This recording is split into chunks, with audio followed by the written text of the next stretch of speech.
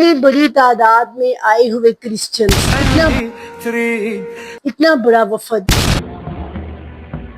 नबी ने हुक्म दिया कि इनको मस्जिद नबवी में ठहराया जाए, उनके सामने दीन के अहकामात पेश जो कुछ कहा है अपनी तरफ से नहीं कहा, बल्कि ये सब कलाम अल्लाह है। किए गए।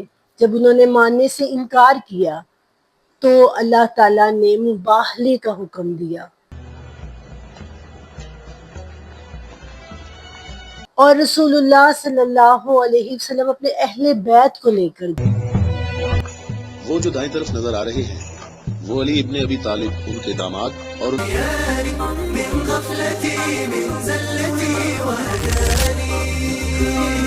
अस्सलाम वालेकुम वरहमतुल्लाहि वबरकातुहू। मदीना से यमन के दरमियान एक इलाका जिसको नजरान कहा जाता था, बहुत बड़ा ये इलाका था और बड़ी इंटरेस्टिंग स्टोरी है इसकी।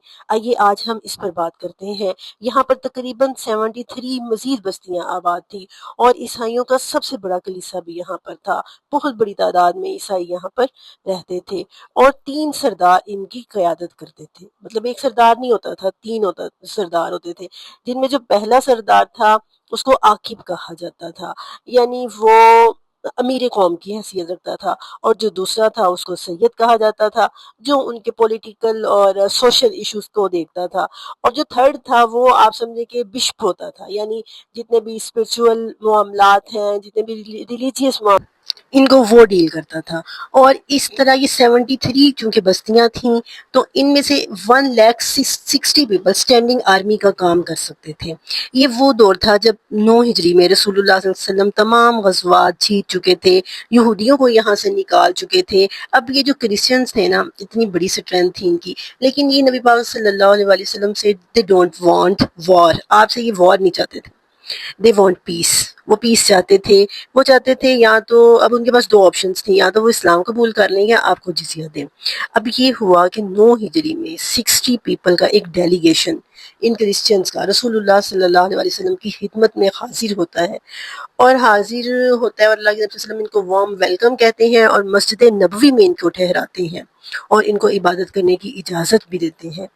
और इनका नबी पाक सल्लल्लाहु अलैहि वसल्लम के साथ आर्गूमेंट्स जारी रहते हैं। उस दौरान में सूरत आले इमरान नाजिल होती है।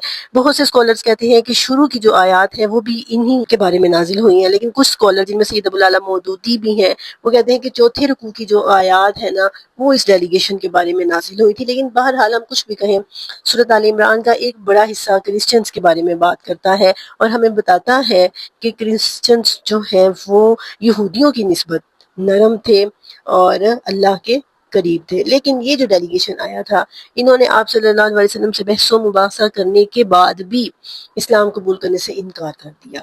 अब क्या हुआ कि रसूलुल्लाह सल्लल्लाहु अलैहि वसल्लम ने इन्हें अल्लाह के हुक्म से मुबाहले की दावत दी। मुबाहला क्या होता है? बाद में आए हुए क्रिश्चियंस, इतना बड़ा वफद, अल्लाह के नबी ने हुक्म दिया कि इनको मस्जिद नबवी में ठहराया जाए, उनके सामने दीन के अहकामात पेश किए गए। जब उन्होंने मानने से इनकार किया तो अल्लाह ताला ने मुबाहले का हुक्म दिया और रसूलुल्लाह सल्लल्लाहु अलैहि वसल्लम अपने अहले बैत को लेकर गए। अहले बैत में कौन थे? हज़रत फातिमा, हज़रत अली, इमाम हसन और हुसैन और खुद रसूलुल्लाह सल्लल्लाहु अलैहि वसल्लम। और मुबाहले में होता क्या है? तबाही की दुआ, कि या तो हमारे ऑपोजिट, हमारे जो मुखालिफ हैं वो तबाह हो जाए या हम खुद तबाह हो जाए। तो आप सल्लल्लाहु अलैहि वसल्लम को कितना यकीन था कि हम हक पर हैं, इसीलिए आप अपने सबसे प्यारे और सबसे प्यारों को अपने साथ लेकर गए। दूसरी तरफ जब उलमाए यहूद ने देखा कि आप इतने कॉन्फिडेंट हैं, आपस में कहने लगे कि अगर ये शख्स यानी मोहम्मद सल्लल्लाहु अलैहि वसल्लम को अपने बरहक होने का यकीन ना होता तो ये अपने सबसे प्यारों को ना लेकर आता। और वो उन पर इतना रोब तारी हुआ कि वो एकदम पीछे हट गए मुबाहले से और कहने लगे कि इनसे कहो हमारे लिए बद्दुआ ना करें, हमारे लिए बद्दुआ ना करें। इनसे कहो हम पर लानत ना करें। मोहम्मद ठहरो, रुक जाओ, हम पर लानत ना करना, लानत ना करना। اس طرح اللہ رب العزت کا یہ ایک معجزہ تھا کہ عیسائیوں کے دلوں میں اس طرح رسول اللہ کا رعب طاری ہوا کہ انہوں نے مباہلے سے انکار کر دیا، لیکن تمام لوگوں پر، ارد گرد کے جتنے بھی لوگ تھے، جتنی بستیاں تھیں، جتنی اقوام تھی، سب پر مسلمانوں کا ایک بہت زیادہ رعب طاری ہوا، اور آپ صلی اللہ علیہ وآلہ وسلم کا رعب، دبدبا، آپ کی عزت میں اور آپ کے رتبے میں بے پناہ اضافہ ہوا، اور عیسائیوں کی کچھ تعداد میں مسلمان ہوئی لیکن یہ جزیہ دینے پر تیار ہو گئے۔ یہ وہ وقت اور وہ حالات تھے جن میں سورۃ آل عمران نازل ہوئی۔ تو آئیے دیکھتے ہیں سورۃ آل عمران، اس کی پہلی آیت الف لام میم تو ہم دیکھ چکے ہیں۔ آئیے آج دوسری آیت مبارکہ دیکھتے ہیں۔ نحمدہ و نصلی علی رسولہ الکریم، اما بعد، اعوذ باللہ من الشیطان الرجیم، بسم اللہ الرحمن الرحیم، الف لام میم، اللہ لا الہ الا هو الحی القیوم۔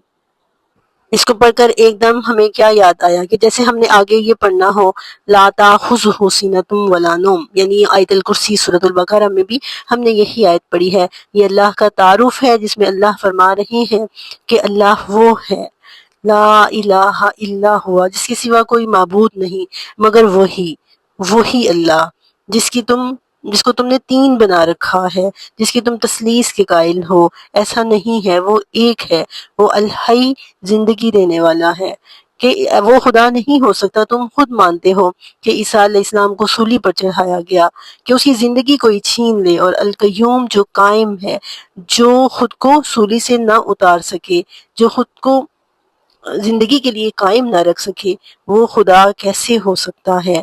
یہ اللہ رب العزت کی جو وحدانیت یہاں پر بیان کی ہے، یہ عام طور پر ہم سب لوگوں کے لیے ہے، لیکن اگر وقت کو دیکھا جائے، حالات کو دیکھا جائے، تو عیسائیوں سے مخاطب ہوتے ہوئے اللہ تعالیٰ فرما رہے ہیں کہ تم اس کو خدا بنا رکھا ہے جس کے بارے میں تمہارا اپنا عقیدہ یہ ہے کہ یہودیوں نے انہیں سولی پر لٹکا دیا تھا اور وہ اس دنیا سے رخصت ہو چکے ہیں۔ اللہ تعالیٰ کا الحی ہونا اس بات کا ثبوت ہے کہ زندگی دینے والا وہ ہے۔ اللہ کا یہ نام، اللہ کی یہ صفت ہمیں یہ احساس دلاتی ہے کہ زندگی گزارتے ہوئے، زندگی کے ایک ایک لمحے میں، زندگی کے ایک ایک پل میں ہم یہ بات یاد رکھیں کہ وہ اللہ ہے جس نے ہمیں زندگی دی ہے، جس نے ہمیں زندگی جیسی نعمت دی ہے، تو پھر ہمیں زندگی اسی کے مطابق گزارنی چاہیے۔ جیسے قرآن پاک میں بھی اللہ نے ہمیں بتایا ہے کہ کل اِنَّ صَلَاتِي وَنُسُكِي وَمَحْيَايَ وَمَمَاتِي لِلَّهِ رَبِّ الْعَالَمِينَ وَبِذَلِكَ أُمِرْتُ وَأَنَا أَوَّلُ الْمُسْلِمِينَ، کہ کہو میرا نماز، میرا روزہ، میرا جینا، میرا مرنا صرف اور صرف اللہ کے لیے ہے، اور اسی چیز کا مجھے حکم دیا گیا ہے۔ تو ایک مومن کی زندگی، اس نے اللہ کی صفت الحی سے یہ سیکھا ہے کہ یہ حیات، یہ لائف جو اس نے دی ہے تو اس کے احکامات کے مطابق گزارنی ہے، اور القیوم وہ صرف زندگی دیتا نہیں ہے بلکہ اس کو قائم رکھنے کے سارے انتظامات بھی اس نے کر رکھے ہیں، کہ کیسے صبح ہوتی ہے اور پھر انسان کو دوبارہ ریچارج ہونے کے لیے، دوبارہ لائف میں پرفارم کرنے کے لیے جس ریسٹ کی ضرورت ہے، وہ ریسٹ پرووائڈ کرنے کے لیے اللہ رب العزت رات کو قائم کرتے ہیں، اور پھر جب نیند پوری ہو جاتی ہے اور انسان یہ چاہتا ہے کہ وہ دنیا کے کاموں میں مشغول ہو، تو اللہ رب العزت دن کو قائم کر دیتے ہیں، اور پھر ایسے ہی جب دن شروع ہوتا ہے تو تمام کام اس کی ضروریات کے مطابق ہوتے چلے جاتے ہیں۔ تو یہ اللہ کی صفت کے مطابق ہے، اور یہ صرف اللہ کی صفت ہے، یہ کسی اور کی صفت نہیں ہے۔ اس وقت نجران کے عیسائیوں نے کہا تھا کہ صرف ہم اس وجہ سے تمہارے رب کو مان لیں کہ ہمارا رب جو ہے وہ بغیر باپ کے پیدا ہوا ہے اور تمہارا رب جو ہے وہ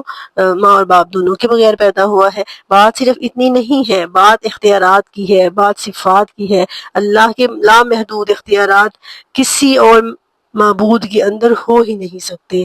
اللہ تعالیٰ ہمیں صحیح توحید سمجھنے کی توفیق عطا فرمائے۔